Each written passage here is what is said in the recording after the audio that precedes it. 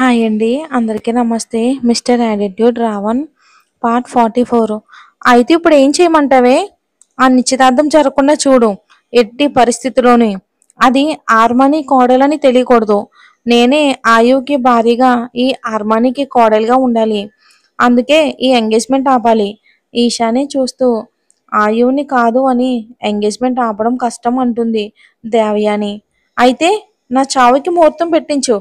అబ్బా ఆగవే, మనం ఎన్ని చేసినా ఆయు ఆ ఊర్విని వదలడు. పైగా అది మనకే చుట్టుకుంటుంది. అందుకే ఈసారి ఊర్వి నుంచి నరుక్కుని రావాలి. దాని మనసు విరిచేసి అదే ఆయువుని విడిచిపెట్టి వెళ్ళేలా చెయ్యాలి అంటుంది దేవయాని. ఊర్వి మనసు విరిచేయాలా? అది ఆయువుపై ఎలా? అదే నేను ఆలోచిస్తూ ఉన్నా. నువ్వు ఏది చేసినా సరే ఎంగేజ్మెంట్కి ముందే, అంటే ఆ ఊర్విని మీడియాకి పరిచయం చెయ్యక ముందే చెయ్యి అంటుంది ఈషా. సరే, నన్ను ఆలోచించుకోనివ్వు అని అక్కడి నుంచి తన రూమ్లోకి వెళ్ళిపోయారు. ఇంకా క్యాంటీన్లో శాండ్విచ్ ఆర్డర్ ఇచ్చి బయట చుట్టూ పరిసరాలను చూస్తూ ఉన్న వర్షకి బయట కారులో డింపుల్ కనిపించగానే ఇక కళ్ళు మడిచి చూస్తూ ఉంది, ఇక్కడ ఎందుకు ఉన్నాడు అని. ఇక శాండ్విచ్ రాగానే దాన్ని తీసుకుని డింపుల్ కార్ దగ్గరికి వెళ్ళి కార్ విండో గ్లాస్ పై ట్యాప్ చేస్తూ ఉంది. ఏదో ఫైల్స్లో డీటెయిల్స్ చూస్తూ ఉన్న అతనికి ఎవరో పిలిచినట్టు అనిపించగానే అటువైపు చూస్తాడు. అక్కడ అయినా ఇప్పుడెందుకు బయటికి వచ్చింది అని అనుకుంటూ కార్ డోర్ తీస్తాడు. ఏంటి మేడం, అప్పుడే మీకు డ్యూటీ అయిపోయిందా? నా డ్యూటీ విషయం తర్వాతలే కానీ మీరేంటి నా హాస్పిటల్లో డ్యూటీ చేస్తూ ఉన్నారా ఏంటి? ఏంటి విషయం అని కళ్ళెగరేస్తూ అడుగుతుంది వర్ష. అయ్యో మేడం, మీరు అనుకున్నట్టు ఏం కాదు మేడం. సార్ మీకు సెక్యూరిటీగా ఉండి మిమ్మల్ని దగ్గర ఉండి డ్రాపింగ్ అండ్ పికప్ చేసుకోమన్నారు మేడం. ఓ అవునా, అందుకే వచ్చారా అని సాగదీస్తూ మాట్లాడుతుంది. ఆమెని అలాగే చూస్తూ వినయంగా అవును మేడం అంటాడు. మరి మరీ ఇంత స్వామి భక్తి ఏంటయ్యా నీకు? నేను చాలా మార్చాలి అని గొనుగుతూ అంటుంది. ఏంటి మేడం, ఏమైనా చెప్పాలా? ఏమీ లేదు. లంచ్ చేశారా? లేదు మేడం, కాసేపు అయ్యాక చేస్తా.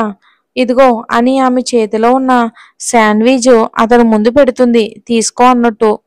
వద్దు మేడం, అది మీకోసం తెచ్చుకున్నట్టు ఉన్నారు కదా, మీరు తినండి, నేను తర్వాత తింటాను అంటాడు.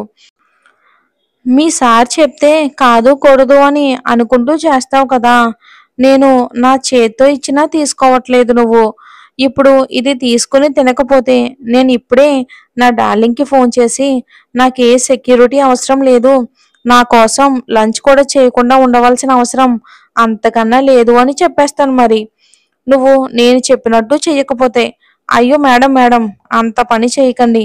అయినా నేను తినను అని అనట్లేదు కదా, కాసేపు అయ్యాక తింటాను అంటున్నాను అంతే. అదిగో మళ్ళీ ఆర్గ్యూ చేస్తున్నావు. అయినా ఇప్పటికే బాగా లేట్ అయ్యింది, ఇంకెప్పుడు తింటారు? నువ్వు ఇప్పుడే నా ముందే తినాలి అంతే. మొండిది వినదు అని అనుకుంటూ ఆమె చేతిలోది తీసుకుని ఇక్కడ వద్దులే మేడం, లోపల తింటాను. సరే అని ఇద్దరూ క్యాంటీన్లోకి వెళ్ళి కూర్చుని వర్ష కూడా మళ్ళీ ఆర్డర్ తెప్పించుకొని ఇద్దరూ కలిసి తింటారు. వర్షకి చాలా నచ్చింది డింపుల్తో ఇలా కలిసి తినడం. డింపుల్కి కూడా అలానే ఉంది. ఆమె అలా డామినేటింగ్గా మాట్లాడుతూ బెదిరిస్తూ తినేలా చేయటం. ఆమెతో కలిసి ఆమెనే చూస్తూ లంచ్ ముగించాడు.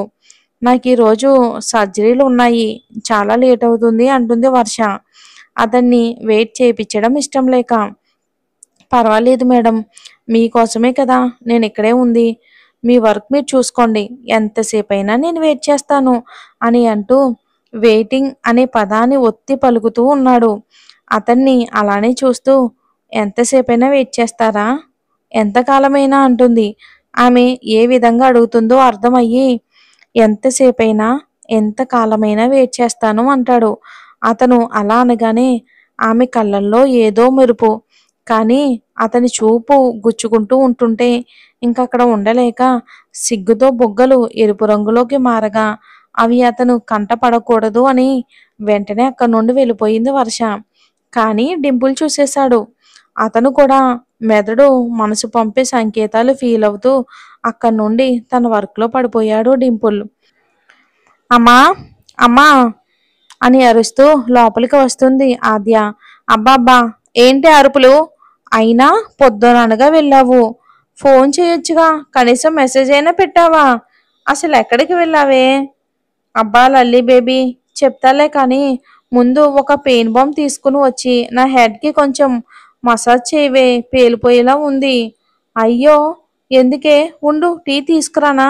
వద్దు వద్దు, తలంతా పగిలిపోయేలా ఉంది, నాకు మసాజ్ కావాలి అని ఆవిడ ముందు కూర్చుంటుంది ఆద్య.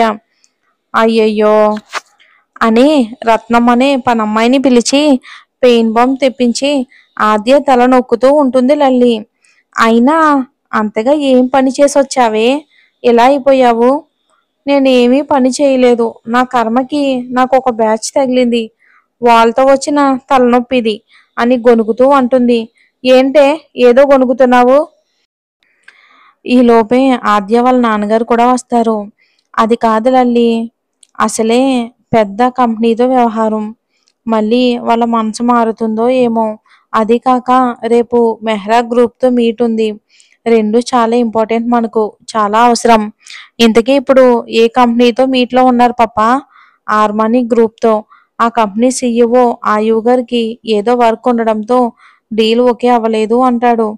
ఆద్య ఆయు అని పేరు వినగానే కొంపతీసి ఊర్వి ఆయు కాదు కదా అని అనుకుంటూ, పప్ప మీ దగ్గర అతని ఫోటో ఏమైనా ఉందా అంటుంది ఆద్య. కూతురు అలా అడగగానే ఎందుకురా అంటాడు. అంటే అది పప్ప, నేను విన్నాను న్యూస్ ఇయ్యవో అని, చూద్దామని అంటున్నా. ఆద్య ముందు ఒక బిజినెస్ మ్యాగజైన్ పెడతాడు అరవింద్. దాని ఫ్రంట్ పేజ్పై కనిపిస్తూ ఉన్న ఆయు పిక్ని చూడగానే నోరు కప్పలా తెరుచుకుని ఉండిపోతుంది ఆద్య. బేబీ, బేబీ, హా పాప, ఏంటి తెల్లి, ఏమైంది అలా చూస్తూ ఉన్నావు? ఏమీ లేదు పాప, ఎక్కడో చూసినట్టుంటేను. అంటే తన సీఈఓనా? అంటే అంత పెద్ద మీటింగ్ క్యాన్సిల్ చేసుకుని ఇప్పటిదాకా మాతో ఉన్నాడా అని మనసులో అనుకుంటూ ఉంటుంది. రేపో మాపో బిజినెస్ని హ్యాండ్ ఓవర్ చేసుకునేదానివి, నువ్వు బిజినెస్ చేసే వాళ్ళ ఫేస్లు తెలియకపోతే అంత బాగోదు అని వెటకారంగా అంటాడు అరవింద్ ఆద్యతో. ఆద్య ఒక్కసారిగా అతని పైకి సోఫాలో ఉన్న పిల్లోని విసిరేసి, నాకు తెలుసు పప్ప, కానీ సీఈఓలు తెలీదు. అయినా పప్ప, Armani group and Mehra group రెండు పోటీ కంపెనీస్ కదా. ఈ రెండు కంపెనీస్ ఎప్పుడు కూడా ఫస్ట్ ప్లేస్ కోసమే పోటీ పడుతూ ఉంటాయి కదా. మీరు ఎలా వీటితో డీల్ చేసుకుంటున్నారు? వేరే వేరే బిజినెస్ డీల్సా? ఓ కాదే కోతి, ఇదిగో మెహ్రా గ్రూప్ సీఈఓ అని తన ఫోన్ ఇస్తాడు. మూతి మొత్తం ముడిచి ఫోన్ తీసుకుని చూసిన ఆద్యకు కరెంటు కొట్టిన కాకిలా బిగిసిపోతుంది. ఆద్య ఉలుకు పలుకు లేకుండా. ఏంటే అలా షాక్ అయ్యావంటాడు అరవింద్. అయినా సరే నో రెస్పాన్సు. ఈసారి చెయ్యి పట్టుకుని కదుపుతూ, ఏంటి కోతి, ఏమయ్యింది? ఫోటో చూసి అలా అయిపోయావు, ఇది నీకు తెలుసా అని అంటాడు ఓరగా. ఆ లేదు లేదు పాప, నాకెలా తెలుస్తుంది? తెలీదు, ఊరికే ఊరికే ఏదో ఆలోచిస్తూ అలా ఉండిపోయాను అని అనుకుంటూ మనసులో ఉంది. అమ్మో, నాకు వీళ్ళు తెలుసు అంటే ఎలా అని అడుగుతారు. అప్పుడు నేను కారు గొడవ గురించి మొత్తం చెప్పాల్సి వస్తుంది. అలాగే రెస్టారెంట్ విషయం కూడా. మరి రాస్ కూడా ఒక కంపెనీకి సీఈఓ అని తెలిసింది. మరి ఏం జరుగుతుందో ఏంటో వచ్చే ఎపిసోడ్లో చూద్దాం. Thanks for watching.